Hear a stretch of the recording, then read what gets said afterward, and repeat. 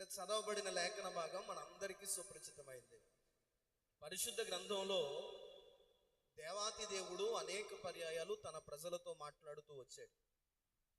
ఆయన మాట్లాడిన ప్రతి సందర్భం చాలా వరకు క్రొత్త నిబంధన సంఘాలు తెలుసుకోవాలని, తన రాజ్యం కొరకు సిద్ధపడుతున్న సంఘాలు వాటిని అన్వయించుకోవాలని, వాటి చేత అవి బలపరచబడి ప్రభు రాకడ కొరకు రేపబడాలి అని దేవుడు చాలా వరకు విషయాలను రాయించాడు. అలా రాయించబడిన విషయాలలో కొన్ని పరిశుద్ధ గ్రంథాల్లో మనం చూస్తూ ఉంటాం. అబ్రహాము అనే ఒక వ్యక్తి జీవితంలో ప్రభు చేసిన చాలా చిన్న చర్య ఇక్కడ మనకు కనబడుతుంది. ఏంటి అని అంటే, అబ్రహాము ఒక గుడారంలో ఉన్నాడు.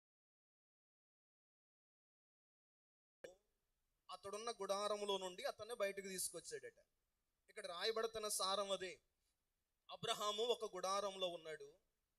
ఆ గుడారంలో నుండి అతడు బయటకు రావడం అతనికి తెలుసా లేదనేది పక్కకు పెడితే, అతడున్న గుడారంలో నుండి ప్రభువే అతని వద్దకు వచ్చి అతనితో కొన్ని విషయాలు మాట్లాడి అతని చేతిని పట్టుకుని అతని గుడారములో నుండి అతను బయటకు తీసుకుని వచ్చి భవిష్యత్తును చూపిస్తున్నాడట. ఒక మాట ఆగి ఆలోచన చేస్తే, అయ్యా, అబ్రహామున్న గుడారములో నుండి అబ్రహామును ఎందుకు బయటకు తీసుకురావాలి అని ఆలోచన చేయగలిగితే, వాస్తవానికి ప్రజలందరికీ తెలిసిన ఒక సత్యం ఏంటి అని అంటే, అబ్రహాము అన్ని విషయాలు ఆశీర్వదించబడినవాడు.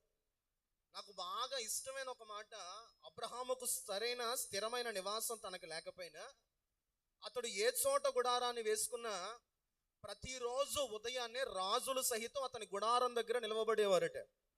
వెండి బంగారాలకు కొరత లేదు, ధనధాన్యాలకు కొరత లేదు, స్థాయికి స్థితికి కొరత లేదు. ప్రజలందరికీ కనబడిన ఒక అనుభవం ఏంటి అని అంటే, అరే, అబ్రహాంకి ఏం తక్కువ? అబ్రహాం ఉన్న గుడారంలో నుండి బయటకు దేవుడే తీసుకురావడానికి అబ్రహాంకి ఏం కొదువ? మన భాషలో మాట్లాడుకోవాల్సి వస్తే, అబ్రహాము నలిగిన బట్ట ఈడ్రా, అబ్రహాము కాళ్ళతో రోడ్ల మీద నడవడరా. కారణం ఏంటి అని అంటే, అతని ఇంట పనివారు ఉన్నారు, అతనికి ఏది కావాలన్నా చేసి పెట్టేవారు ఉన్నారు. మన భాషలో మాట్లాడాల్సి వస్తే, అతనికి అకౌంట్లో కోటాను కోట్ల రూపాయలు ఉన్నాయి, వెండి బంగారాలు ఉన్నాయి, ధనధాన్యాలు ఉన్నాయి. ప్రజలందరికీ కనబడుతున్నట్లుగా అబ్రహాముకి ఏం కొరత లేనట్లుగా ప్రజలు చూశారు. కానీ వాక్యం రాయబడుతున్న ఒక మాట ఏంటి అని అంటే, సమయంలో మనుషుడు పైరూపాన్ని చూస్తాడు, దేవుడు మాత్రమే హృదయాన్ని చూస్తాడు కదా. దేవుడు అబ్రహామును చూసినప్పుడు ప్రజలందరి వలె దేవుని కళ్ళకు కూడా ఐశ్వర్యాలు కనబడుతున్నాయి. దేవుడు అబ్రహామును చూసినప్పుడు ప్రజలందరి వలె ఉన్నత స్థానం దేవుడు అబ్రహాములో చూస్తున్నాడు. కానీ ప్రజలెవ్వరూ చూడని ఒక కోణం ఏంటి అని అంటే, అబ్రహాము తన గుడారములో కలవరాల మధ్య, భయాల మధ్య, భీతుల మధ్య, అధైర్యత మధ్య, ప్రశ్నార్థకమైన పరిస్థితుల మధ్య అబ్రహాము జీవిస్తున్నట్లుగా రాయబడుద్ది. ఆ మాటలే 15వ అధ్యాయం నుంచి మొదటి నుండి మనం ఇంటికి వెళ్ళాక చదివితే, అబ్రహామా, భయపడొద్దు. కారణం ఏంటి? నీ గుడారములో నీవు అనుభవిస్తున్న భయాలే నీ మదిని కలవరపరుస్తున్నాయి కదా. ఒక మాట అబ్రహాముని అడుగుదాం. అయ్యా, అబ్రహాముకి ఏం తక్కువని భయం? అబ్రహాముకి ఏం తక్కువని కొరత? అబ్రహాముకి ఏం తక్కువని భీతి? అబ్రహాము గుడారములో ఏమి కొదువులు ఉన్నాయని భయపడాలి అని అడిగితే, ఆ ముందు అధ్యాయాలు కొన్ని జ్ఞాపకం చేసుకుంటే, అబ్రహాము ఐగుప్తుని విడిచిపెట్టి, అబ్రహాము తన దేశాన్ని విడిచిపెట్టి దేవుడు నిర్ణయించిన స్థలానికి వెళ్ళడానికి ప్రథమ కారణం, సుమారు 75 సంవత్సరాల వరకు కూడా అబ్రహాముకు సంతానం లేదు. దేవుడు ఒక శ్రేష్టమైన భార్యని ఇచ్చాడు, ఒక కుటుంబాన్ని ఇచ్చాడు. కానీ తన వ్యక్తిగత జీవితంలో లోకమంతా చూసి ఆ వెలితి మాత్రం తన జీవితంలో అలాగే ఉండిపోయింది. దేవుడు అబ్రహామును పిలిచినప్పుడు, అబ్రహామా, నేను నీకు సంతానాన్ని ఇస్తాను, నీకు శ్రేష్టమైన కుమారులను ఇస్తాను, నీ ద్వారా సంతానోత్పత్తి నేను చేస్తూ ఉంటాను, నీ ద్వారా అనేక మందికి, నీ కుటుంబానికి దీవెనగా మారుస్తాను అని వాగ్దానాన్ని దేవుడు ఇచ్చాడు. 75వ సంవత్సరంలో దేవుని వాగ్దానాన్ని చేతబట్టుకున్నాడు. కొన్ని సంవత్సరాల ప్రయాణంలో రోజులు దాటిపోతున్నాయి, వారాలు దాటిపోతున్నాయి, నెలలు దాటిపోతున్నాయి. కానీ వాగ్దానంగానే ఉండిపోయింది. వాగ్దానం చేసిన దేవుడు తనతో మాట్లాడుతూ ఉన్నా తన జీవితంలో దేవుడు ఏ వాగ్దానం ఇచ్చాడో ఆ వాగ్దానం అలాగే ఉండిపోయింది. ఒక మాట ఆగి ఆలోచన చేస్తే, ఈరోజు దేవుని సన్నిధిలో కనబడుతున్న మన గురించి మనం జ్ఞాపకం చేసుకుంటే, మన జీవితంలో దేవుడు ఎన్నో వాగ్దానాలు ఇచ్చాడు. ప్రతి సంవత్సరం చాలా చక్కగా నూతన సంవత్సరపు వాగ్దానాన్ని మనం తీసుకుంటాం. ప్రతి సంవత్సరం చాలా చక్కగా ప్రార్థనాపూర్వకంగా దైవజనుల చేతుల మీద వాగ్దానపు ఒక ఒక ఒక వాగ్దానపు పేపర్ని మనం తీసుకుంటాం. కానీ ఎన్ని వాగ్దానాలు తీసుకున్నా వాగ్దానపు పరిస్థితులు ఒకటైతే జీవితంలో అనుభవించే పరిస్థితులు ఒకటి.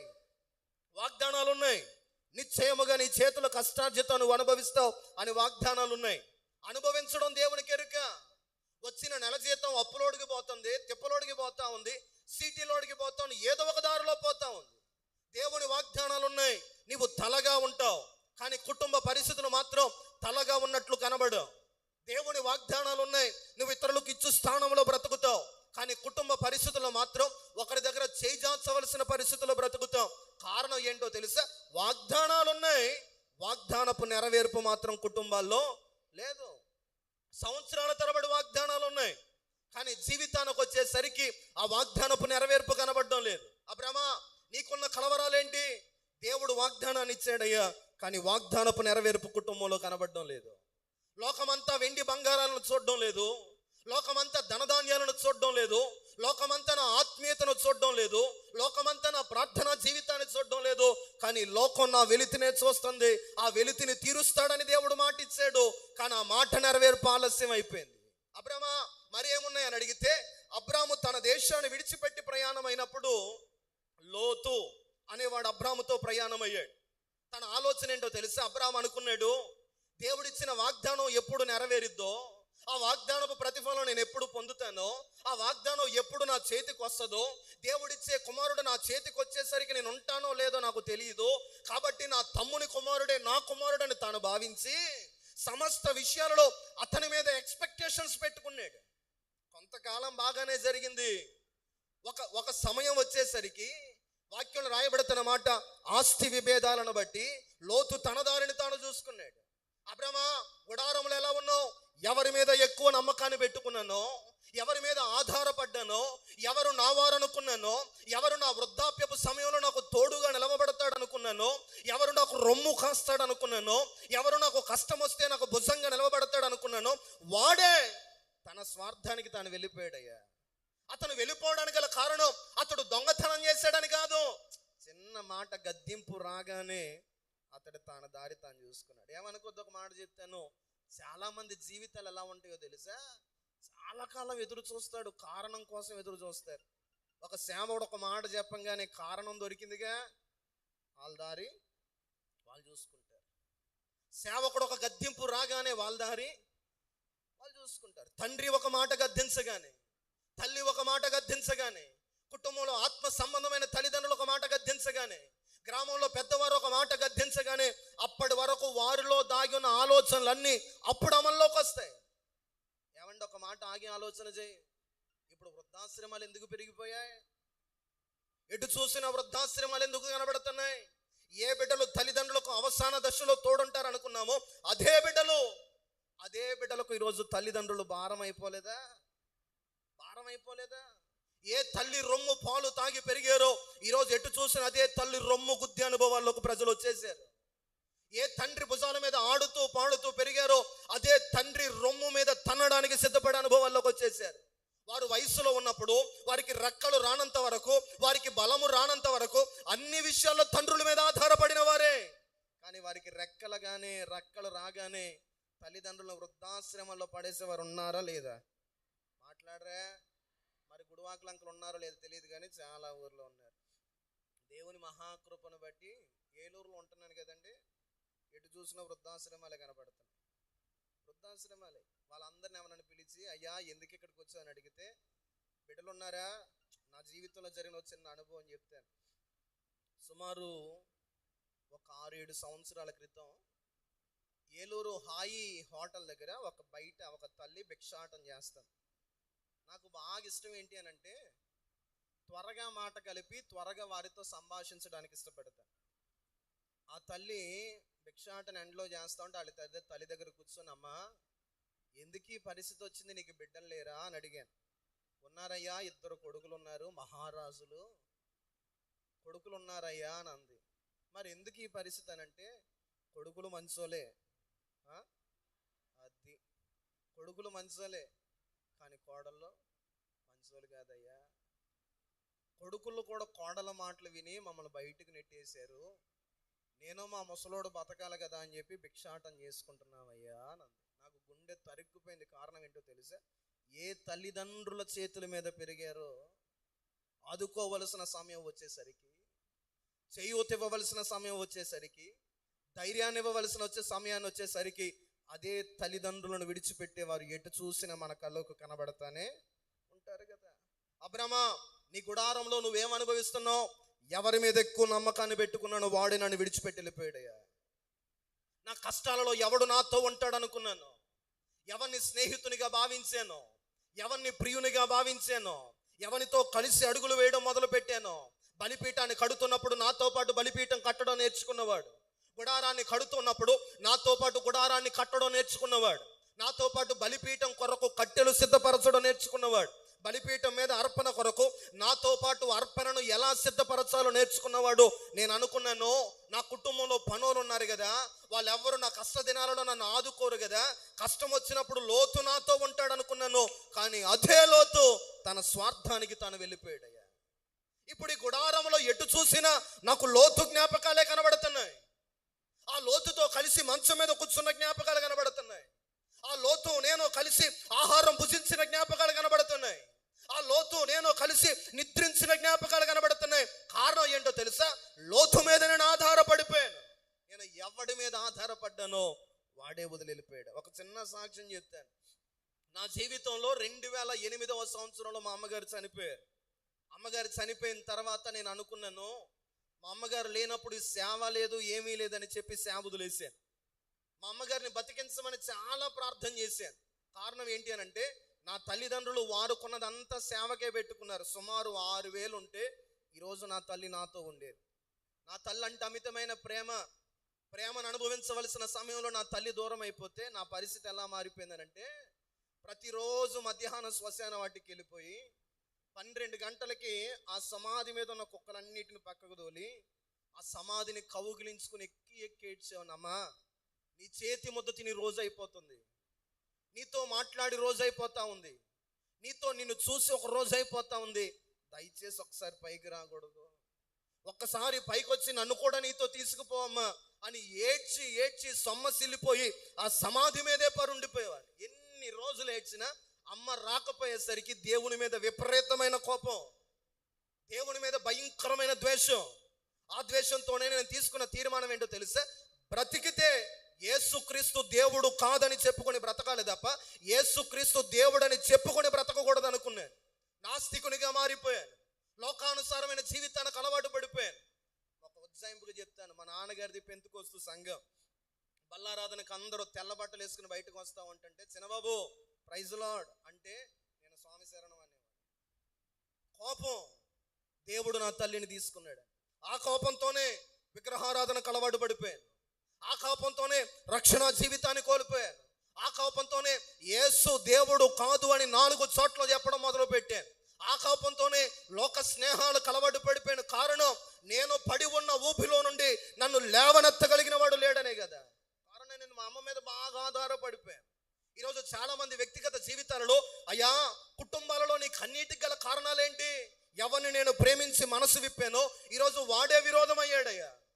ఒకప్పుడు ఎవడితో కలిసి నడిచానో ఈరోజు వాడే వ్యతిరేకమయ్యాడయ్యా. బైబిల్లో రాయబడుతున్న భలే మాట, యోధా గోత్రం మీదకి ఒక శత్రువులు సిరియనులు మీదకి వస్తా ఉంటుంటే, అప్పటి వరకు యోధా గోత్రంతో కలిసి నడిచిన ఎఫ్రాయిమీయులు యోధా గోత్రానికి విరోధులై శత్రువులతో చేతులు కలిపారట. చూద్దాం, ఆ మాట మీకు చూపిస్తాను, అలా గుర్తుంటుంది. యెషయా గ్రంథం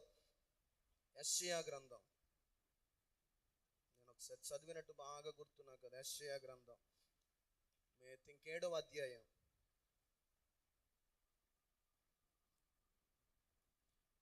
2వ వచనాన్ని చదువుకుందాం. అప్పుడు సిరియనులు ఎఫ్రామీయులను తోడు చేసుకొనిరని దావీదు వంశస్థులకు తెలపబడగా, గాలికి అడవి చెట్లు కదిలినట్లు వారి హృదయమును వారి జనుల హృదయములను కదిలిపోయాను. దేవుడి మాట ద్వారా మనందరితో మాట్లాడను గాక. యోధా గోత్రమా, నీకు యుద్ధాలు కొత్త కాదు కదా, యుద్ధాలలో ఆరి తేలిన వ్యక్తివి కదా. నీవు యుద్ధమందు నిలవబడితే నీ దేవుడే సైన్యాధిపతి ముందు నిలవబడతాడు కదా. కానీ అడవి గాలికి చెట్లు ఏ రీతిగా కదిలిపోయాయో నీ హృదయం ఎందుకు కదిలిపోయింది? సమస్యలు నీకు కొత్త కాదే, శత్రువులు రేపబడడానికి కొత్త కాదే, విరోధాలు రేపబడడానికి కొత్త కాదే, వ్యతిరేకులు రేపబడడానికి కొత్త కాదే, నీకు వ్యతిరేకపు ఆలోచనలు చేయడం నీకేం కొత్త కాదు కదా, మరి ఎందుకు భయపడ్డావు? ఒకప్పుడు నాతో పాటు కలిసి భుజం మీద చేతులు వేసుకుని తిరిగినోడయ్యాడు. ఒకే తండ్రికి పుట్టిన వాళ్ళం, ఒకే తండ్రి రక్తాన్ని పంచుకొని పుట్టిన వాళ్ళం, ఒకే గుడారంలో పెరిగిన వారం, ఒకే తండ్రి కష్టార్జితాన్ని అనుభవించిన వాళ్ళం, సున్నతి చేయబడిన వారం, నిబంధనకు పుత్రులుగా ఎంపిక చేయబడిన వారం, రానున్న దినాలలో ఇతరులకు మాదిరిగా ఉండవలసిన వాళ్ళం. ఇప్పుడు వాడే నన్ను పడదోయడానికి శత్రువులతో చేతులు కలిపాడు. ఎవడు నాతో ఉన్నాడని అనుకున్నానో వాడే శత్రువులతో చేతులు కలిపాడు. ఎవడికి నా వ్యక్తిగత విషయాలు తెలుసో వాడే శత్రువులతో చేతులు కలిపాడు. ఎవడికి నేను ఎక్కడ బలహీనపరచబడతానో తెలుసో వాడే శత్రువులతో చేతులు కలిపాడు. నా భీతి ఏంటో తెలుసా? శత్రువుతో పోరాడుతున్నప్పుడు వీడితో కూడా పోరాడాలేమో. నా మీద శత్రువు విరోధంగా రేపబడినప్పుడు నా ఇంట్లో వాడే నా కంట్లో పొలిసే అనుభవంలోకి వస్తాడేమో. ఏమంటే ఒక మాట చెప్పనా, శత్రువు బయటోడైతే ఎలాగైనా పెచ్చిరిల్లిపోవచ్చు, కానీ ఇంట్లో వాడైతే ఏం చేయగలం? మాట్లాడరే. శత్రువు బయటోడైతే, శత్రువు లోకస్తుడైతే, శత్రువు లోకానుసారమైన జీవితాన్ని జీవించేవాడైతే, దూరాన నిలవబడిన వాడికి మన అంటే ఏంటో తెలియదు గనుక, దూరస్తుడికి మన జీవితం ఏంటో తెలియదు గనుక వాడైతే పెచ్చిరిల్లిపోవచ్చు. కానీ ఆత్మీయుడే శత్రువు అయితే ఎవరి దగ్గరికి వెళ్ళగలం? దైవజనులు మాసిలామణి గారు, సికామణి గారు చనిపోయినప్పుడు వారి కుమారుడు చెప్తున్నాడు, అయ్యా ఇంట్లో వాడి కంట్లో పొడుస్తాడు. నేను మా సంఘానికి ఎప్పుడు చెప్పే ఒక మాట, అయ్యా దూరంగా ఉన్నవాడు పొడిచే గాయం కంటే దగ్గరగా ఉన్నవాడు పొడిచే గాయం లోతుకుంటది. మా సంఘ బిడ్డలందరికీ నేను చెప్పే ఒక మాట, దూరంగా ఉన్నవాడు చేసే గాయం కంటే, దూరంగా ఉన్నవాడు కలిగించే బాధ కంటే దగ్గరే ఉండి, చేతికి దగ్గరగా ఉండి, భుజానికి దగ్గరగా ఉండి, రొమ్ముకు దగ్గరగా ఉండి, ఇదిగో హృదయానికి దగ్గరగా ఉండి చేసేవాడు గాయం వర్ణాతీతం కదా. అబ్రమా ఏంటి నీ బాధ? నాతో ఉండవలసిన నన్ను విడిచిపెట్టిపోయాడయ్యా. ఆడు విడిచిపెట్టిపోతా ఉంటుంటే నా ధనం నాకు ధైర్యాన్ని ఇవ్వడం లేదు, నా ధనం నాకు ఓదార్పునివ్వడం లేదు, నా ధనం నాకు నెమ్మదినివ్వడం లేదు, నా ధనం నాకు ఆనందాన్ని ఇవ్వడం లేదు.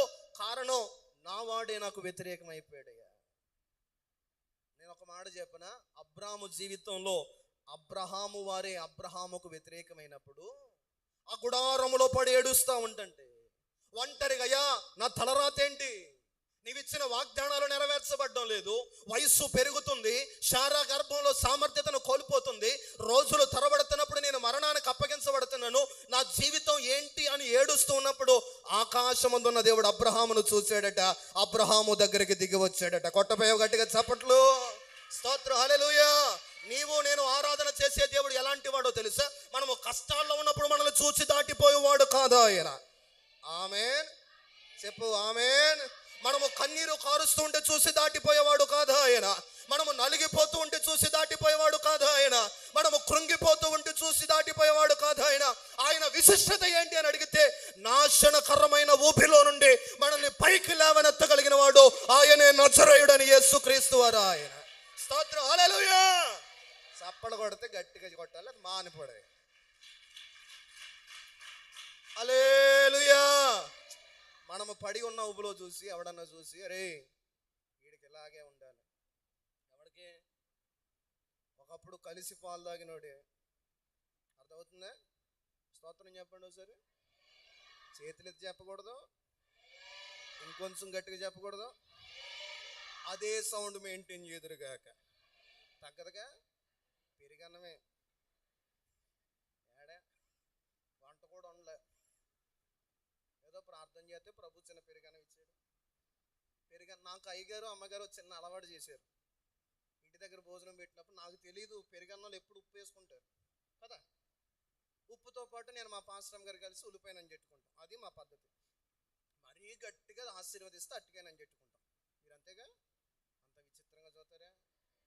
లేదు, నేనేదో వింతగా మాట్లాడుతున్నట్టు. అయ్యగారు అమ్మగారు అలవాటు చేసింది ఏంటో తెలుసా? పెరిగేసి ఉప్పేసి దాంట్లో కొన్ని దానిమ్మకాయ గింజలు వేస్తున్నారు. మొదట భయపడ్డాను, కానీ తింటే కమ్మగుంది, ఇక కూర అన్న వద్దనిపిస్తుంది నాకు. ఇంకా పోయేదేముంది, దానిమ్మకాయ గింజలు పెరుగన్నం. మా పాస్టమ్ గారిని అడిగాను, అమ్మ కొంచెం పెరుగన్నాడు దానిమ్మకాయ గింజలు వేయమ్మా అని అడిగితే, నాకు ఒలవడం కష్టం అండి, మీరు ఒలుసుకొని వేసుకోండి, మీతో పాటు నాకు కూడా కొన్ని వేయండి అని అంది. ఎందుకు వచ్చింది ఎప్పలో, ఎందుకు వచ్చింది ఎప్పలో, ఆ ఒలుసుకునే ఓపుకుంటూ ఉల్లిపోయి ఒలుసుకుంటాను, శుభ్రంగా పెరుగన్నం తింటాను. అంటే పెరుగన్నమే. స్తోత్రం, హల్లెలూయా. చెప్పరే గట్టిగా హల్లెలూయా. సాయంకాలానికి ఉంటుంది అసలు కథ. ఆమె ఉండదా మరి అలా చూస్తారా, మాట్లాడకుండా ఉంటుందా? అసలు కార్యక్రమం సాయంకాలం ఉంటుంది, అసలు ప్రోగ్రాం సాయంకాలం ఉంటుంది. పరిశుద్ధాత్మ దేవుడే మన మధ్య సంచరించునుగాక. చెప్పు గట్టిగా హల్లెలూయా. ఈరోజు నేను ప్రకటించే దేవుడు, నీవు కష్టాల్లో ఉండి చూసి దాటిపోవాడు కాదా ఆయన, నువ్వు శ్రమలో ఉంటే చూసి దాటిపోయేవాడు కాదా ఆయన. మనుషులు నీకు అన్యాయం చేసినప్పుడు ఆ అన్యాయాన్ని బట్టి నలిగిపోతూ బ్రతుకుతూ ఉంటే చూసి దాటిపోవాడు కాదు, కానీ ఆయన నీ దగ్గరకు దిగి వచ్చి నీ చీకటిని వెలుగుగా మార్చున్నట్లు ఆ చీకటిలో నుండి నిన్ను బయటకు తీసుకురాగలిగిన వాడు ఆయన. కట్టుగట్టిగా చప్పుడు కొడుతూ ప్రభు నామని కనపడదు. హల్లెలూయా. ఈరోజు నువ్వు ఎవరివైనా ఓటమిలో నిన్ను చూసి మనుషులు ఏడిపిస్తున్నారేమో, అరే వీడి పరిస్థితి అయిపోయిందిరా. భలే విచిత్రం ఏంటో తెలుసా, మనుషులందరూ అయిపోయింది అన్నప్పుడు దేవుడు స్టార్ట్ చేస్తాడు పని. ఆమె అసలు మౌనంగా ఉండకూడదు. ఆమె మిమ్మల్ని అందరిని ఎరుకు గోడల దగ్గర తీసుకెళ్తే కథ బాగానే ఉండట్టుంది. నాకు ఎందుకు మాట్లాడు హల్లెలూయా. చెప్పు హల్లెలూయా. మనుషులందరూ అనుకుంటున్నారు ఆ భోజనం పని అయిపోయిందిరా, నాకు ఆయన ఒక్కడే తెలుసు. మనుషులందరూ అనుకుంటున్నారు ఆ సంఘం పని అయిపోయింది, మనుషులందరూ అనుకుంటున్నారు ఆ సేవకుని పని అయిపోయింది. నేను అంటాను మనుషులందరూ అయిపోయింది అన్నప్పుడు నూతన అధ్యాయాన్ని ప్రభు ప్రారంభిస్తాడు. హల్లెలూయా. మనుషులందరూ అయిపోయింది అన్నప్పుడు, మనుషులందరూ చేతులు ఎత్తేసినప్పుడు ఆయన నూతన గ్రంథాన్ని తెరవగలిగిన సమర్థుడు ఆయన. స్తోత్రం హల్లెలూయా. నాకు భలే నచ్చుతాయి దేవుని మాటలు. మోషే నీ ద్వారా కూడా నేను సంతానాన్ని పుట్టించగలను, మోషే నీ ద్వారా కూడా నేను తరాలను ప్రారంభించగలను. పిల్లలారా, మేమే విశ్వాసంలో మేము లేకపోతే సంఘం లేదు అని అనుకుంటారేమో. యోహాన్ అంటున్నమాట, దేవుడు తలుచుకుంటే రాళ్ళ ద్వారా కూడా పిల్లలను పుట్టించగలిగిన వాడు ఆయన. స్తోత్రం హల్లెలూయా. ఆయన ఎవరు? సకల సృష్టికి ఆధారమైనోడు కదా ఆయన, లేని వాటిని ఉన్నట్లుగా పిలవగలిగినోడు కదా ఆయన, మృతులను సజీవులుగా చేయగలిగిన వాడు కదా ఆయన. ఈ రాత్రి ఉదయం నా దేవుడు నీతో చెబుతున్న మాట, ఆయన నీ కుటుంబాన్ని దాటిపోవడం అసంభవం. నీ పరిస్థితులను బట్టి, నీ శ్రమలను బట్టి, నీ అక్రతలను బట్టి, నీవు కారుస్తున్న కన్నీటిని బట్టి ఆయన దాటిపోవడానికి అన్యాయస్తుడైన వాడు కాదు ఆయన. ఆయన న్యాయము చేయగలిగిన వాడు ఆయన. స్తోత్రం హల్లెలూయా. భలే నచ్చింది ఆ మాట నాకు. అబ్రాము చీకటిలో ఉంటే భార్య ఎక్కడుందో, అబ్రాము చీకటిలో ఉంటే అబ్రహాము ఇంట అలవరచబడిన వారు ఎక్కడున్నారు, అబ్రహాము చీకటిలో ఉంటే మిగతా రాజులు ఎక్కడున్నారు, అబ్రహాము ఏడుస్తూ ఉంటే మిగతా ప్రజలు ఎక్కడున్నారు. నాకు అనిపిస్తుంది జోస్యం చూసినట్టు చూస్తున్నారేమో అని. వీటన్నిటికీ ముగింపు ఏమవును? గడ్డం కిందకి చెయ్యెట్టుకొని ఏమవును? ఒక వ్యక్తి యెరూషలేమును విడిచి యెరికోకు వెళుతున్నప్పుడు దొంగల చేతికి చిక్కి గాయపరచబడి వస్త్రాలను కోల్పోయి కొరప్రాణముతో విడిచిపెట్టబడ్డాడట. ప్రధాన యాజకుడు చూశాడు, మనకెందుకులే అని వెళ్ళిపోయాడు. లేవీయుడు చూశాడు, మనకెందుకులే వెళ్ళిపోయాడు. మన కుటుంబ సభ్యులు చూశారు, మనకెందుకులే. భలే విచిత్రం అయ్యా, ఈ మనుషులు భలే విచిత్రం. ఏంటో తెలుసా, అన్నీ ఉన్నప్పుడు నేను నీకు బాబాయ్ అంటారు, ఏమీ లేకపోయినప్పుడు కనీసం ఫోన్ కూడా. అందుకే ఈ మధ్య నెట్వర్క్ కూడా భలే తయారైంది. ఉత్తప్పుడు ఫోన్ చేయి, ఎవడు ఫోన్ అయినా రింగ్ అయింది. నీకు బాగా అవసరం ఉంది, ఫోన్ చేయి, మీరు డైల్ చేసిన నెంబర్ అందుబాటులో మాట్లాడరేటే. ఎప్పుడు ఫోన్ చేయలే మీకు? మీ ఫోన్లో ఎప్పుడు రింగ్ అవుతూనే ఉంటాయి. మీరు డైల్ చేసిన నెంబర్ అందుబాటులో లేదు. కట్ చేసి మరలా కంగారుగా రెండోసారి చేయి, మీరు డైల్ చేసిన నెంబర్ మా నెట్వర్క్ పరిధిలో లేదు. ఇక ఆడు మొహమాటం ఎక్కువైపోయి మూడోసారి చేస్తే ఏమంటే తెలుసా, మీరు డైల్ చేసిన నెంబర్ అసలు పనే అది. అంటే ఆడు చెప్పే మాట ఏంటో, రే వీడికి ఫోన్ చేయడం అనవసరం రా, అంతే ఆడు చెప్పే మాట అది. నీకున్న సమయంలో, నీకున్న సమస్యలో వీడికి ఫోన్ చేయడం అనవసరం. నీ కష్టంలో, నీ కన్యల మధ్యలో ఇలాంటోడికి ఫోన్ చేయడం అనవసరం అన్నాడు. చెప్పలేక, బాబు పని చేయడం లేదు, వేరే నెట్వర్క్ చూసుకోని అంటాడు. మరి క్రైస్తవుడికి వేరే నెట్వర్క్ ఏది? క్రైస్తవుడికి అన్యాయం జరిగితే ఆదుకొనివాడు ఎవడు? ఆ క్రైస్తవుడు శ్రమలోనికి పోతే తోడు నిలవబడగలిగిన వాడు ఎవడు? ఒక్క మాట ఆగి ఆలోచన చేద్దాం. రీసెంట్గా మణిపూర్లో క్రైస్తవులకి ఎంత భయంకరమైన హింస చేశారు మీరు చెప్పండి. తెలుసా? క్రైస్తవులను ఎంత భయంకరమైన అవమానానికి అప్పగించాడు. ఒక్కడు మాట్లాడా? మీరు మాట్లాడరా? ఒక్కడు మాట్లాడా? ఎంత దౌర్భాగ్యం కాకపోతే కళ్ళ ఎదురుగా ఎన్ని మందిరాలు కాల్చబడుతున్నాయి, ఎంతమంది సేవకులు రక్తపు మడుగులో పడున్నారు, ఎంతమంది సేవకులు శరీరాలపై పేడ నీళ్లు జల్లించుకుంటూ బ్రతుకుతున్నారు, ఎంతమంది సేవకులు అవమానాల మధ్య బ్రతుకుతున్నారు. నేను అంటాను, వారికి కలుగుతున్న కష్టాలలో వారి పక్షంగా నిలవబడగలిగిన మనుషుడెవడో? ఎవడూ లేడు. కారణం ఏంటో తెలుసా? క్రైస్తవుడికి ఏదైనా చేస్తే ఒరిగేది లేదు, పొడిసేది లేదన్న తీర్మానం వాళ్ళు. ఏమనుకోవద్దు. రీసెంట్గా ఒక చిన్న న్యూస్ చూశాను. ఆ హీరో అతను ఎవరో ఒక ఎమ్మెల్యే గారు అన్నారట, మొత్తం రాదాంతం చేశారు రాష్ట్రం.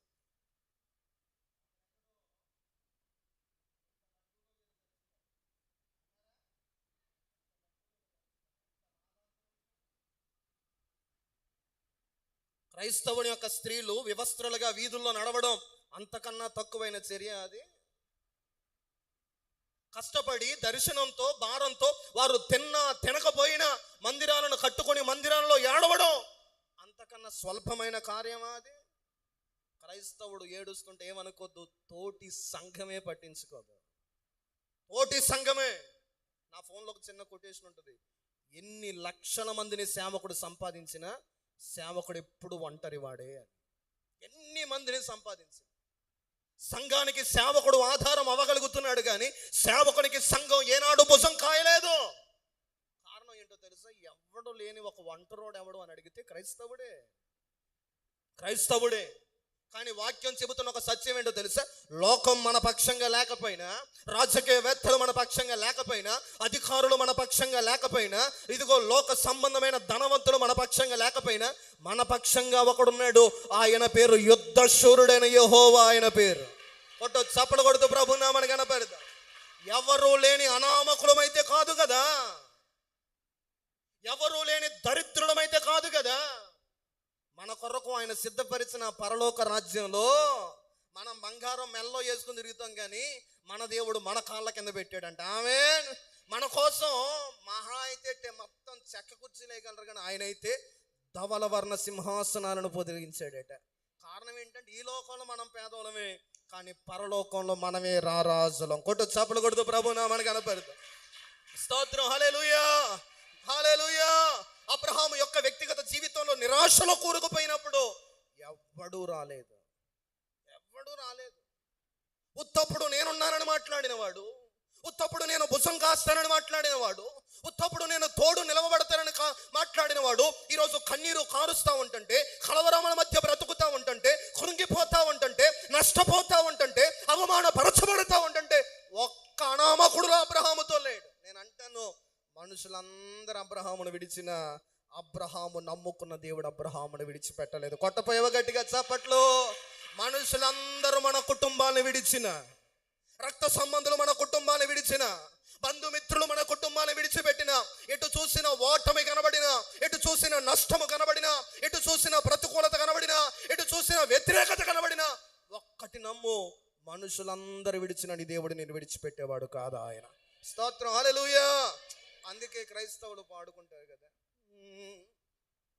అందరూ నన్ను విడచినా నీవు నన్ను విడువనంటివే, అందరూ పాడండి. స్తోత్రం. ఆమేన్. నా తల్లియు నీవే, నా తండ్రియు నీవే, నా తల్లి తండ్రి నీవే. కొంచెం సౌండ్ పెంచు. నా తల్లియు నీవే, నా తండ్రియు నీవే, నా తల్లి తండ్రి లోకము నన్ను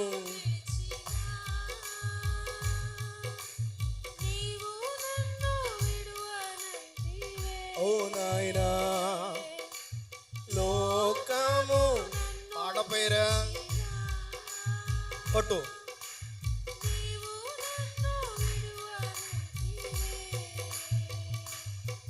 నా బంధువు నీవే, నా మిత్రుడా నీవే, నా బంధుమిత్రుడా నీవే యేసయ్యా.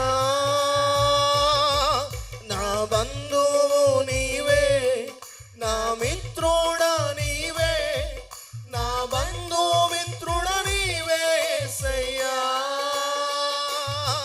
నా తల్లియు నీవే, నా తండ్రియు నీవే, నా తల్లి తండ్రి నీవే యేసయ్యా. నా తల్లియు నీవే, నా తండ్రియు నీవే, నా తల్లి మరల ఒంటరి వాళ్ళం కాదు కదా. నా తల్లియు నీవే, నా తండ్రియు నీవే, నా తల్లి తండ్రి నీవే అయ్యా. నా తల్లియు నీవే, నా తండ్రియు నీవే, నా తల్లి తండ్రి నీవే. మరల కొంచెం. నా తల్లియు నీవే, నా తండ్రియు నీవే, నా తల్లి తండ్రి నీవే ఓ నాయనా. నా తల్లియు నీవే, నా తండ్రియు నీవే. లేకపోవచ్చు చేతుల్లో చెక్క మనం మనం కన్నీళ్ళకి నీకు తీసుకున్న ఆలోచన పరిచయకు మనుషులు ఉన్నాయా లేదా చెయ్యి పట్టుకుని తరబడిన అభివృద్ధి వ్యర్థం కాదు, తరబడిన అభివృద్ధి వ్యర్థం కాదు. అందరూ అంత గట్టిగా స్తోత్రం చెప్ప.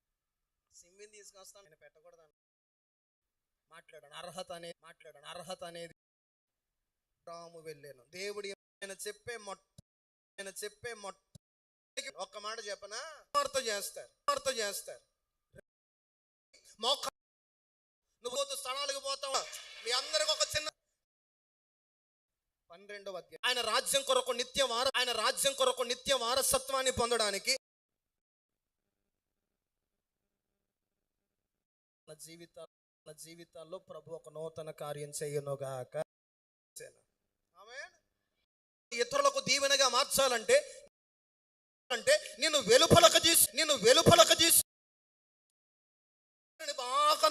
బాగా నకిషి పనిగా నన్ను ఉపాయం కలిగిన పారిపోవడమే నేర్చుకున్నాడు.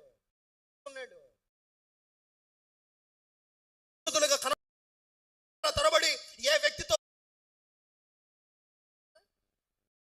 10 రూపాయలు ఇస్తావా? సేవకుడు మీకు ఒప్పేస్తే లాభాన్ని పొందుతాడా? సేవకుని ద్వారా కొరడా దెబ్బ తగిలితే లాభాన్ని పొందుతాడా సేవకుడు? అయ్యగారు మంచోళ్ళని అనిపించుకోవాలంటే ఏది చేసినా చూసి చూడనట్టు వెళ్ళిపోవాలి. మా అయ్యగారు భగవంతుడండి, మేము ఏ పనికిమాల పని చేసినా గుడ్డోడు అయిపోతాడండి. కానీ ఒక మాట చెప్పనా, మనుషుడు కళ్ళు మూయొచ్చేమో కానీ ఆయన కళ్ళు నిరంతరం మన మీదే ఉన్నాయి. స్తోత్రం చెప్పండి గట్టిగా హల్లెలూయా. ఆయన అబ్రాముతో అంటున్నాడు, అబ్రామా ఆ పాపపు రోత జీవితాన్ని విడిచిపెట్టు. ఒక మాట చెప్పనా, క్రొత్త నిబంధన సంఘంలో కూడా దరిద్రం చోటు చేసుకుంది. అపోస్తులైన పౌలు కొరింథీ సంఘానికి ఒక పత్రికను రాస్తూ కొరింథీ సంఘంతో చెబుతున్నాడు, అయ్యా సంఘంలో ప్రతి స్థలమందు ప్రార్థన చేసే వాళ్ళు ఉన్నారు, పరిశుద్ధపరచబడి పరిశుద్ధులుగా బ్రతకడానికి పిలవబడిన వారు ఉన్నారు, క్రీస్తు యేసునందు ఐశ్వర్యవంతులుగా మార్చబడిన వారు ఉన్నారు, కృపావరములో ఏ లోపము లేని వారిగా పరిగణించబడిన వాళ్ళు ఉన్నారు. కానీ నాకు తెలిసిన ఒక సత్యం ఏంటో తెలుసా, సంఘంలోనే ఏ సంఘంలో పరిశుద్ధులుగా ఎదుగుతున్నారో అదే సంఘంలో, ఏ సంఘంలో ప్రార్థనా పరులు ఎదుగుతున్నారో అదే సంఘంలో జారత్వపు కార్యాలు జరుగుతున్నాయి. ఏంటి నాయన జారత్వం? మీలో ఒకడు తన తండ్రి భార్యను ఉంచుకొని నేనేం తప్పు చేయట్లేదు అంటున్నాడు. చూపించిన మాట అపోస్తులైన పౌలు కొరింథీయులకు రాసిన పత్రిక, మీకు చూపిస్తాను, అలా గుర్తుంటుంది. అమ్మా 5వ అధ్యాయం, చాలా వందనాలు తల్లి. 5వ అధ్యాయం, చక్క అధ్యాయం చెప్పే వచనం కూడా చెప్పామా? అది చెప్పాలి, నాకు కాదు, వాళ్ళకి తెలియాలి కదా. 1వ వచనం, మీలో జారత్వం ఉన్నదని వదంతి కలదు, మీలో ఒకడు తన తండ్రి భార్యను ఉంచుకున్నాడట, అట్టి జారత్వము అన్యజనులు అయినా ఇట్లుండి మీరు ఉప్పొంగుచున్నారే. ఏం చేస్తున్నారంటే వీరు ఉప్పొంగుచున్నారు. కుటుంబంలో పాపపు అనుభవాలున్నా, కుటుంబంలో ఇతరుల కుటుంబాలను కొల్లగొట్టే అనుభవాలున్నా పర్లేదుగా, స్తోత్రం చెప్పండి. కొంచెం లోపలికి వెళ్ళొచ్చా? పెరుగన్నంలో కొంచెం అయ్యేస్తాను, దానిమ్మ గింజలు. స్తోత్రం. అదేంటి తగ్గిపోయింది, మగతొస్తుంది ఏంటి? స్తోత్రం చెప్పండి, చేతులెత్తి. మర్చిపోయాను, ఇప్పుడు గుర్తొచ్చింది. 12:30కు ముగించాలన్నారు. ఇప్పుడు అరగంట ఆలస్యమైందని రాత్రి అరగంట వెనక రారుగా. ప్రమాణం చేయండి, ముందు వస్తామని. వస్తారా? చాలా తగ్గింది. వస్తారా? స్తోత్రం చెప్పండి రాణులు. అదే నిదానమే, అది పర్లేదు, మీరు అందరూ మంచివాళ్ళే. స్తోత్రం, హల్లెలూయా.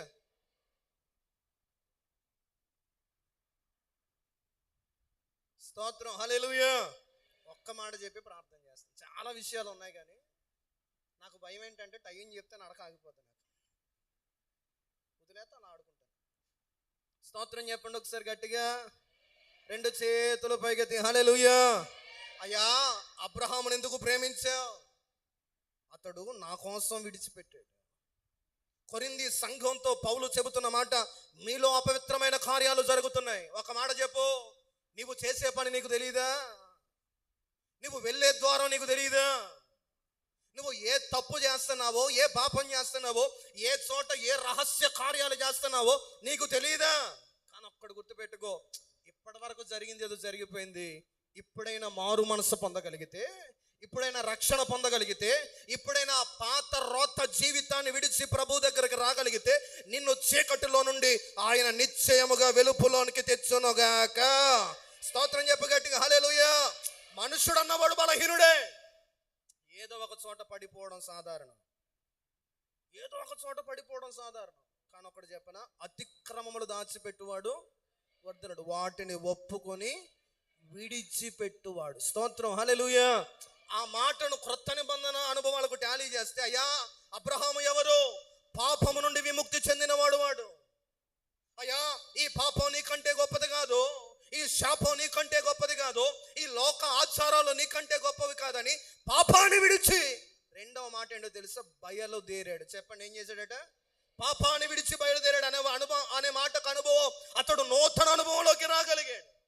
ఒకప్పుడు పాపంలో బ్రతికిన వాడు రక్షణ జీవితంలోకి రాగలిగాడు. ఒకప్పుడు శాపపు జీవితాన్ని జీవించిన వాడు నీటి బాప్తిస్మము ద్వారా క్రీస్తు రాజ్యం కొరకు సిద్ధపడ్డాడు. ఒక్క మాటలో చెప్పాలంటే, అతడు ముంచట బాప్తిసం ద్వారా ప్రభువుకు అప్పగించుకున్నాడు. స్తోత్రం చెప్పండి గట్టిగా.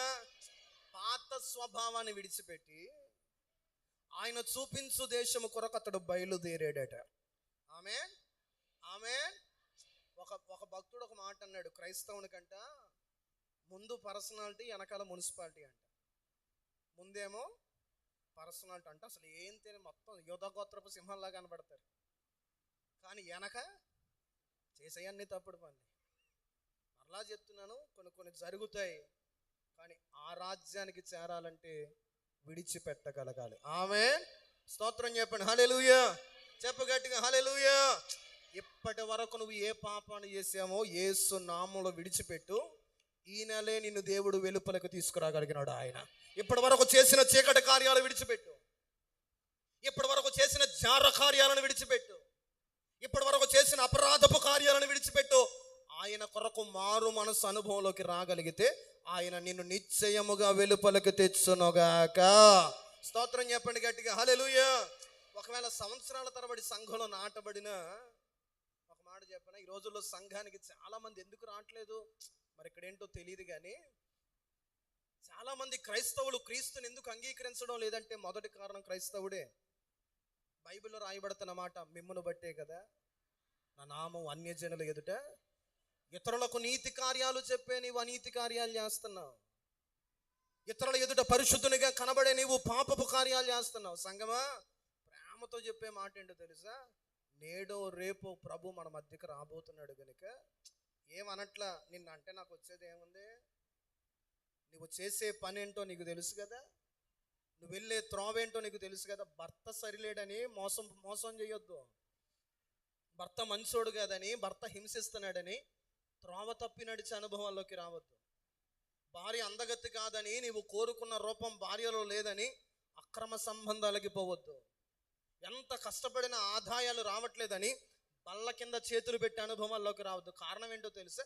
ఒకవేళ నీ పరిస్థితులు నేను డిమాండ్ చేసి ఉండొచ్చు, కానీ ప్రభు కొరకు వాటిని విడిచిపెట్టగలిగితే ఆయన నీ తలను పైకెత్తగలిగిన సమర్థుడా ఆయన. స్తోత్రం చెప్పండి గట్టిగా, హల్లెలూయా. అయ్యా, అబ్రాహామును ఎందుకు పిలిచావు? నేను చెప్పంగానే అతడు లోబడిపోయాడు. ఆమె మనం చదివిన మాటలో దాగి ఉన్న మాట అది. యెహోవా అతనితో చెప్పిన ప్రకారం అతడు వెళ్ళిపోయాడు. ఏది విడిచిపెట్టమన్నాడో దాన్ని విడిచిపెట్టాడు, ఏది చెయ్యమన్నాడో దానిని చేశాడు, ఎలా ఉండమన్నాడో అలా ఉన్నాడు. సంగమా, ఆయన తన వాక్యం ద్వారా మనతో మాట్లాడుతున్నప్పుడు మాట్లాడేది సేవకుడని ఎప్పుడు అనుకోవద్దు, మాట్లాడేది దైవజనురాలని ఎప్పుడు అనుకోవద్దు. అది దేవుని స్వరంగా గుర్తెరిగి లోబడు. నీ ఉన్న స్థితిలో నుండి నిన్ను బయటకు తీసుకుని వచ్చి ఇతరులకు ఆశీర్వాదంగా నిన్ను మార్చునుగాక. తలలు వంచండి, ప్రార్థన చేద్దాం. ఒక చిన్న ప్రార్థన చేద్దాం. మోకాళ్ళ మీదకి రాగలిగిన వాళ్ళు మోకాళ్ళ మీదకి వద్దామా? ఒక చిన్న ప్రార్థన. అయ్యా, నా జీవితం నీకు మరుగైంది కాదు కదా, నా రహస్య జీవితం నీకు మరుగైంది కాదు కదా. అవివేకంతోనే చేశాను ఆయన, అజ్ఞానంతోనే చేశాను, పరిస్థితులను బట్టి, ప్రభావాలను బట్టి, ఎవరో ప్రోత్సహించడాన్ని బట్టి చేశాను. మునుపెన్నడు లేని అలవాటు చేసుకున్నాను. ఆకాను చేసిన ఒక్క అవిధేయతే ఇశ్రాయేలు ప్రజలకు శాపాన్ని తెచ్చింది. గెహజీ చేసిన అవిధేయతే తన సంతతికి శాపాన్ని తెచ్చింది. అననీయ సప్పీర చేసిన అవిధేయతే వారి మరణానికి కారణమైంది. బిడ్డ, ఒకవేళ బలహీనతలు ఉండొచ్చు, కానీ దేవుని కంటే గొప్పది కాదు కదా అది. నీ కుటుంబం కంటే గొప్పది కాదుగా, నిత్య రాజ్యం కంటే గొప్పది కాదు కదా. ఆయన పాదాల ఎదుట పడి, అయ్యా త్రోవ తప్పి తిరిగాను, క్షమించు నాయన. పరిస్థితులను బట్టి, ప్రభావాలను బట్టి తొందరపడ్డాను, క్షమించు నాయన.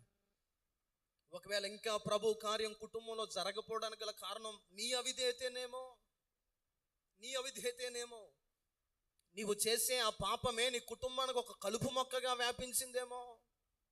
కుటుంబంలో నెమ్మది లేకపోవడానికి గల కారణం నీ అవిధేయతేనేమో.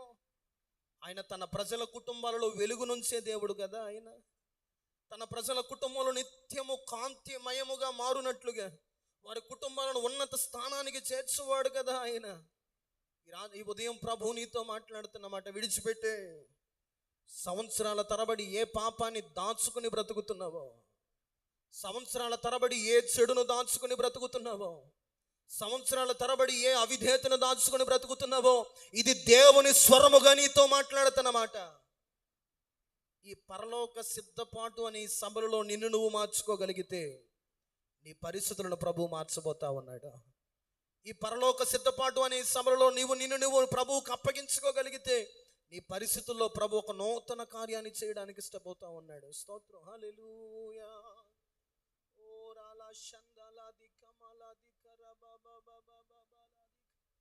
చీకటి కమ్మును సూర్యుని,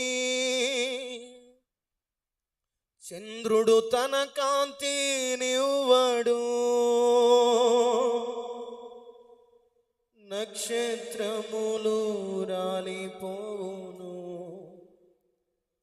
ఆకాశ శక్తులు కదలిపోవును, నక్షత్రములు రాలిపోవును, ఆకాశ శక్తులు కదలిపోవును. నేడో రేపో నా ప్రియుడేసు దిగాల మీద ఎత్తించెను. నేడో రేపో నా ప్రియుడేసు దిగాల మీద మహిమాన్వితుడై ప్రభు యేసు మహీతలమునకు ఎత్తించెను. మహిమాన్వితుడై ప్రభు యేసు మహీస్థలమునకు ఎత్తించును. నేడు రేపో మా ప్రియుడేసు మేఘాల మీద పాడుదా. నేడు అయ్యా నాలో నీకు కనబడుతున్న అవిధేయతను విడిచిపెడతానయ్యా.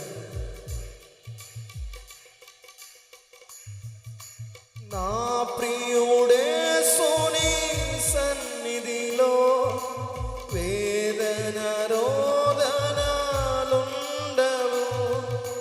నా ప్రియుడేసు నీ సన్నిధిలో వేదన రోదనలుండవు. హల్లెలూయా స్తుతి గానాలతో నిత్యము ఆనందమానందమే. హల్లెలూయా స్తుతి గానాలతో నిత్యము. కడబూర స్వరము వినిపించగా ప్రియుని స్వరము వినిపించగా కడబూర స్వరము ధ్వనించగా ప్రియుని స్వరము వినిపించగా వడి వడిగా ప్రభు చింతకు చేరేద ప్రియమార ప్రభు యేసును గాంచెదా. వడి వడిగా ప్రభు చింతకు చేరే ప్రియమార ప్రభు యేసును గాంచెదా. నేడు రేపో ఆయన వేగం ఎక్కలేకపోతే, ఆయన సిద్ధపరచు ఆశీర్వాదంలోకి వెళ్ళలేకపోతే ఎంత శ్రమ పడిన వ్యర్థం కదా. మేఘాల మీద నేడు రేపో మా ప్రియుడేసు మేఘాల మీద. ఆఖరిసారి నేడు రేపో నా ప్రియుడేసు మేఘాల మీద ఎత్తించును. పరమ తండ్రి మీకు స్తోత్రం. మీ ప్రజలతో మీరు మాట్లాడినట్లు నా మదిలో మీరు సిద్ధపరిచిన ప్రతి మాట శక్తి లోపము లేకుండా, కపటము లేకుండా, నిర్మోహమాటంగా ఈ స్థలంలో వెత్తడానికి మీరు చూపిన కృపను బట్టి మీకు స్తోత్రం. సంవత్సరాల తరబడి మీ బిడ్డల కుటుంబాలలో శాపాల్లో ఉండిపోవడం, నష్టాలలో ఉండిపోవడం, కలవరాలలో ఉండిపోవడం, కృంగుదలలో ఉండిపోవడం, బాధల్లో ఉండిపోవడం నీకు ఇష్టం కాదు నాయన. అది నీకు సంతోషాన్ని కలిగించదు. ఏది ఏమైనా వారి ప్రాణాలు ఇరుకులో నుండి విశాలతలోనికి రావాలని, దుఃఖంలో నుండి ఆనందంలోకి రావాలని, శాపములో నుండి దీవెనలోనికి రావాలని, ఇదిగో క్షయమైపోవు ఈ లోకంలో నుండి అక్షయతలోనికి వెళ్ళాలని నీవు నీ ప్రజల యొద్దకు దిగి వచ్చిన దేవుడవు కదా ప్రభువా.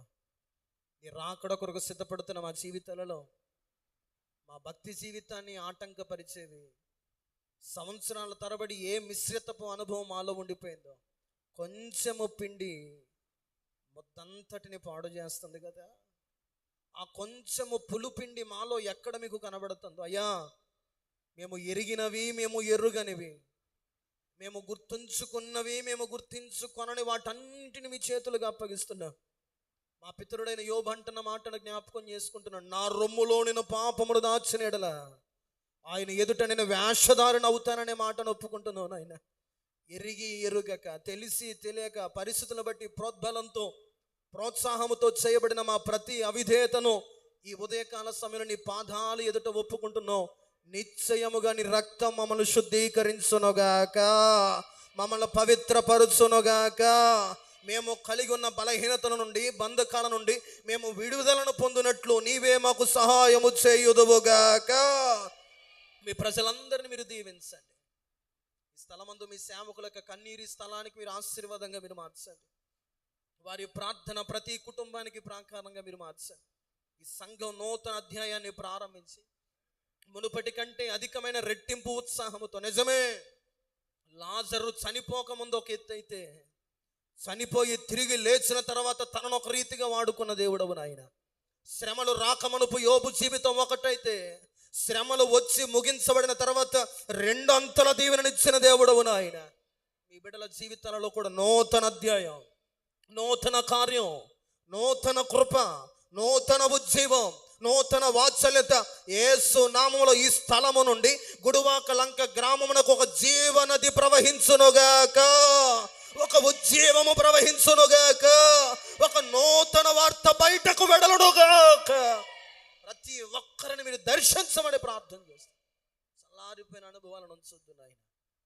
తెలిసి తెలియక చేసిన ప్రతి అవిధేయతను క్షమించి, ఇది మీ మాటగా మీ బిడ్డలు లోబడి ఆ మాటకు విధేయతను చూపడానికి సహాయించి, అల్పుడనైనా నాకు మీరు ఇచ్చిన అవకాశాన్ని బట్టి మిమ్మల్ని స్తుతిస్తూ, విత్తబడిన ప్రతి మాటను బట్టి నేను గణపరుస్తూ యేసు నామములో అడుగుచున్నాము మా తండ్రి. మరొకసారి మీ అందరికీ అయ్యగారికి కూడా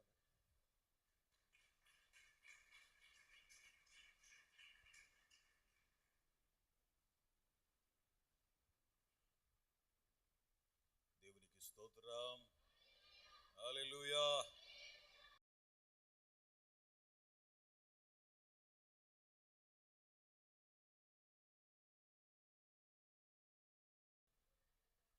ఎన్ని రకాలు? అది ఏ విన్నారు?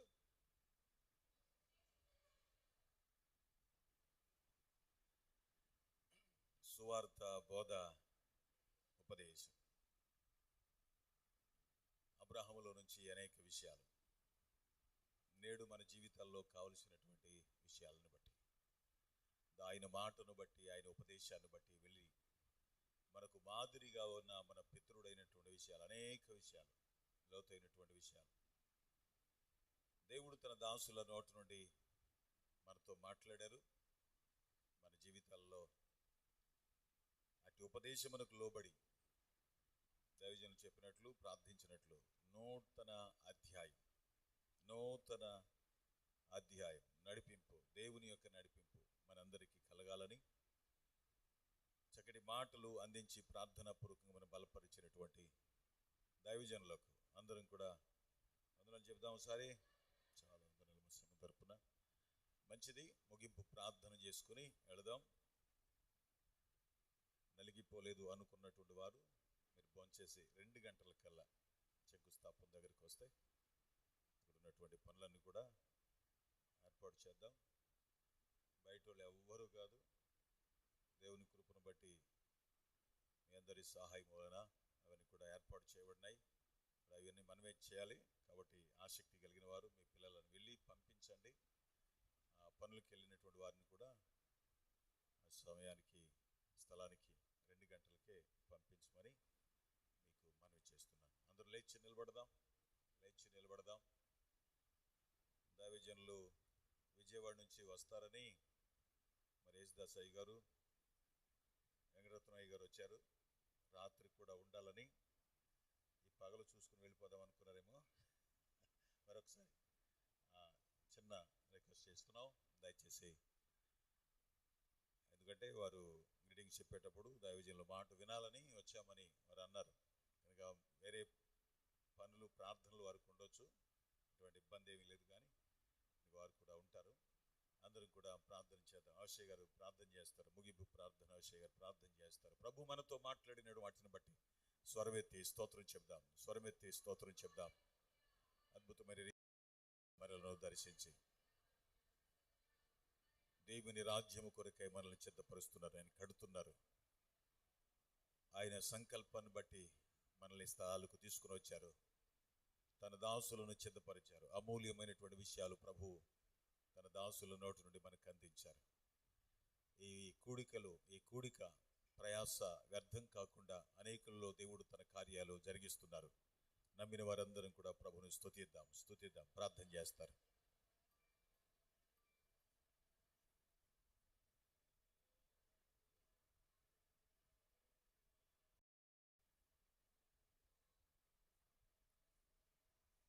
పరిశుద్ధుడైన మా దేవ, ప్రేమ కలిగిన మా తండ్రి, కృప కలిగిన మా దేవ, జీవం కలిగిన మా తండ్రి, దయగలిగిన మా దేవ, మమ్మల్ని మిక్కిలిగా ప్రేమిస్తున్న మా ప్రియ పరలోకపు తండ్రి, మీ ఘనమైన నామమునకు, మీ ఉన్నతమైన నామమునకు వేవేల వందన స్తోత్రములైన గడిచిన కాలమంతయు అయ్యా మీ కృపలో మీ దయలో మమ్మల్ని ఈ క్షణము వరకు కూడా కాచి కాపాడినందుకు మీకు వందనములు తండ్రి. ఇటువంటి శ్రేష్టమైన సమయము అయ్యా మా జీవితాల్లో మీరు అనుగ్రహించినందుకు మీకు వందనములైన. ఎంతోమంది ఇలాంటి సమయాల్లో అయ్యా లౌకికంగా వారి బాధ్యతలు నిర్వర్తిస్తున్న పరిస్థితులు, లేకపోతే లోకంలో ఎలాగ ఆనందించాలో, ఎలాగ సంతోషించాలో అని వెతికే పరిస్థితులైన మమ్మల్ని అయితే లోకంలో నిమగ్నమవకుండా మీ సన్నిధిలో అయ్యా మీ పరలోక రాజ్యం కొరకు మేము సిద్ధపడడానికి మీరు అయ్యా దాసుల హృదయంలో మీరు ఏర్పరిచిన ఈ భారమును బట్టి మీకు వందనములు తండ్రి. అయ్యా ఇక్కడ కూడి వచ్చిన ప్రతి ఒక్కరిని మీరు జ్ఞాపకం చేసుకోండి తండ్రి. ఎవరైతే వారి పరిస్థితులు, వారి ఇబ్బందులు, అయ్యా వారి యొక్క బాధ్యతలు, వారి యొక్క ప్రయాస అన్ని పక్కన పెట్టి అయ్యా మీకు విలువనిచ్చారో అయ్యా వారందరి జీవితాల్లో మీరు కలగజేసుకోండి తండ్రి. ముట్టండి నాయన, తాకండి నాయన. ప్రతి ఒక్కరితో మీరు ఒక మాట్లాడమని వేడుకుంటున్నాం తండ్రి. అయ్యా ప్రతి ఒక్కరి మీద మీ యొక్క అధికారం ఉంచమని వేడుకుంటున్నాం నాయన. అయ్యా మీ దాసులను ఆండ్రూ భూషణం గారిని నిలబెట్టుకుని మాతో అమూల్యమైన మాటలు మాట్లాడినందుకు మీకు వందనములు తండ్రి. అయ్యా ఈ మాటలన్నీ కూడా అయ్యా మేము మర్చిపోకుండా ఒక చెవితో విని ఇంకో చెవితో వదిలిపెట్టే పరిస్థితులు కాకుండా ఇవి మా మనసులో అయ్యా ఉంచుకొని వీటికి తగినట్లుగా మేము జీవించగలగడానికి అయ్యా మేము బ్రతుకుతున్న జీవితాన్ని బట్టి, మేము మార్చుకున్న తత్వాన్ని బట్టి అయ్యా మీరు మమ్మల్ని మెచ్చుకునే పరిస్థితులు మా జీవితంలో ఉండడానికి మీరే కృప చూపించమనడుచు అయ్యా ఘన విజయముగా జరిగించిన ఈ కూడికను బట్టి మీకు వందనములు తండ్రి. కేవలం మీ నామం మాత్రమే మహిమపరచబడింది, మీ నామం మాత్రమే గణపరచబడిందని మేము నమ్ముచున్నాను తండ్రి. అయ్యా ఏమైనా తప్పిదాలు ఉన్నట్లయితే దయచేసి మమ్మల్ని మన్నించండి తండ్రి. మమ్మల్ని సరిచేయమని వేడుకుంటున్నాం నాయన. అయ్యా మరి సాయంకాలం జరుగుతున్న ప్రార్థనను కూడా మీ హస్తాలు అప్పగించుకుంటున్నాం నాయన. దైవదాసులు మీ హస్తాలు అప్పగించుకుంటున్నాం తండ్రి. వారి ప్రయాణాల్లో మీరు తోడుండండి తండ్రి. ఏ వాక్యం అయితే మాకు అవసరమో ఆ వాక్యంతో మీరు మాట్లాడమని మీ పాదాలు పట్టుకుని అర్థిస్తూ బ్రతిమలాడుతూ, ఎలాగైతే ఇప్పుడు ప్రజలందరూ అయ్యా మీ కొరకు మీకు విలువనిచ్చారో సాయంకాలం కూడా ఇంకా దీనికంటే అధికంగా అయ్యా మీ ప్రజలందరూ కూడా మీ పాదాల చెంతకు చేరగలడని మీరే సహాయం దయచేయమని అడుచు మమ్మలను మా సమస్తమును మీ హస్తాలకు అప్పగించుకుంటూ యేసు పరిశుద్ధ నామమున ఈ ప్రార్థన అడిగి వేడుకొనుచు నామ నమ్మకమైన తండ్రి, ఆమేన్. తీసుకుందాం. పరిశుద్ధుడ, ప్రేమ కలిగిన నాయన, మీ ఘనమైన నామానికి వందనాలు నాయన. స్తుతులు చెల్లించుకుంటున్నాం తండ్రి.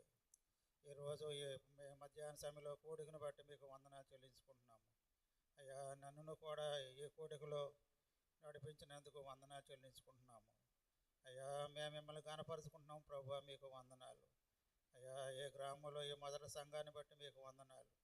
ఆదాము గారి తండ్రి గారు నాయన, తల్లి గారు చేయనటువంటి ఈ పరిచర్య కొరకు వందనాలు చెల్లించుకుంటున్నాం. తర్వాత నాయన మీ కుమారుడికి ఈ పరిచర్యను అప్పగించినందుకు వందనాలు చెల్లించుకుంటున్నాం.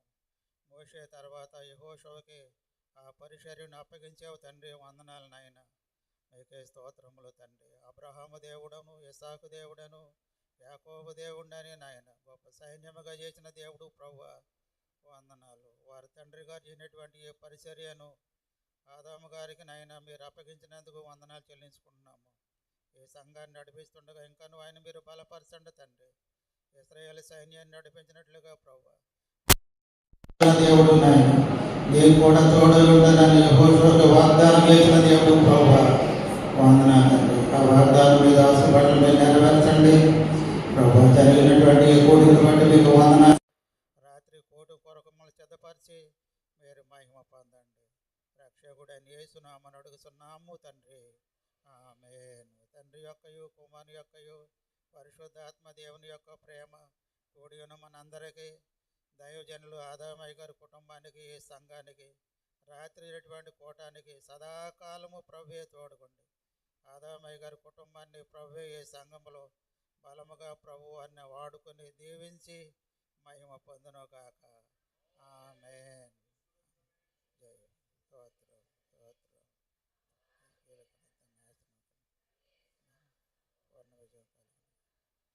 ఆమేన్. అందరికి వందనాలు, అందరికి వందనాలు. అయ్యగారులు అందరికి వందనాలు.